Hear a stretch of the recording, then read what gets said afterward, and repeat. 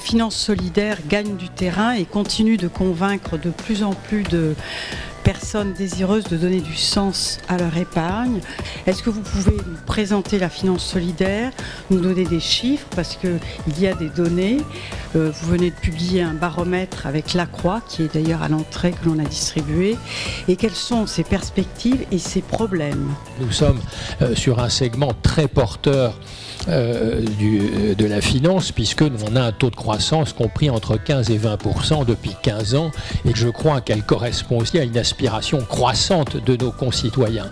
Après les crises financières de 2008, il y a un retour vers l'économie réelle en disant on veut une finance engagée, responsable, plus militante, qui est au service de l'économie réelle et des projets collectifs. Éric, vous avez effectivement un certain nombre, à cette chaire management et gouvernance des coopératives financières, des travaux de recherche sur le sujet. J'avais moi-même assisté à une conférence sur l'impact finalement sur les risques et l'organisation des risques de la justement de l'économie sociale et solidaire. Est-ce que dans une banque coopérative par rapport à une autre banque plus traditionnelle, on gère ces risques de manière différente? Mais il y a beaucoup d'autres travaux de recherche, donc vous allez nous parler de tout cela. Je faisais le constat l'autre jour qu'il y a à peine 1% des recherches qui sont par exemple sur le secteur coopératif financier et sur les mutuelles. Il y a très peu de recherches. Pour une raison simple au départ, c'est qu'on n'a pas de données.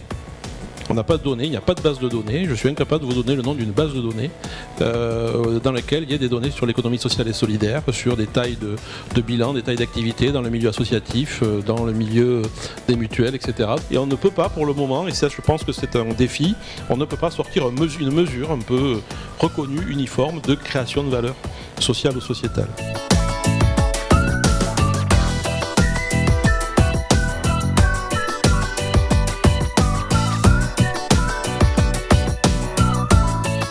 On considère que ça fait partie de nos missions auprès de nos sociétaires en tout cas, et si possible plus largement, que de faire en sorte que le circuit de l'argent soit aussi transparent que possible dans la façon dont il est conçu et expliqué.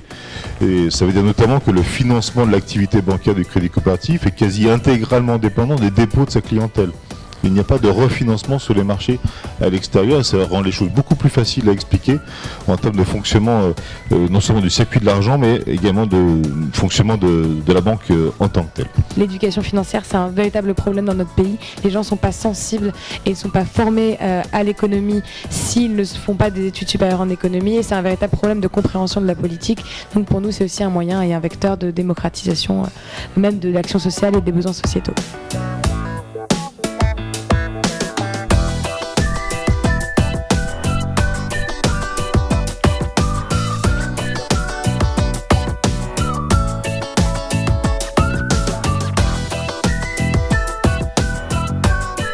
On doit en fait démontrer au quotidien, quand on est dans une mutuelle ou dans l'ESS, de démontrer au quotidien en fait la viabilité économique, la gouvernance démocratique qui a un coût, parce que la démocratie ça s'organise, ça ne peut pas s'exprimer comme ça, et l'utilité sociale. Et tout ça, je pense que tout le monde sera d'accord, est source de complexité, et c'est cette complexité que les mutuelles essaient bien évidemment de relever au jour le jour. Il y a aussi aujourd'hui une offre spécifique qui doit être distribuée par les banques de réseau, une offre clientèle fragile qui est très peu connue, donc notamment par les chargés de clientèle eux-mêmes. Donc il y a un vrai travail d'éducation et de formation des chargés de clientèle et aussi des travailleurs sociaux.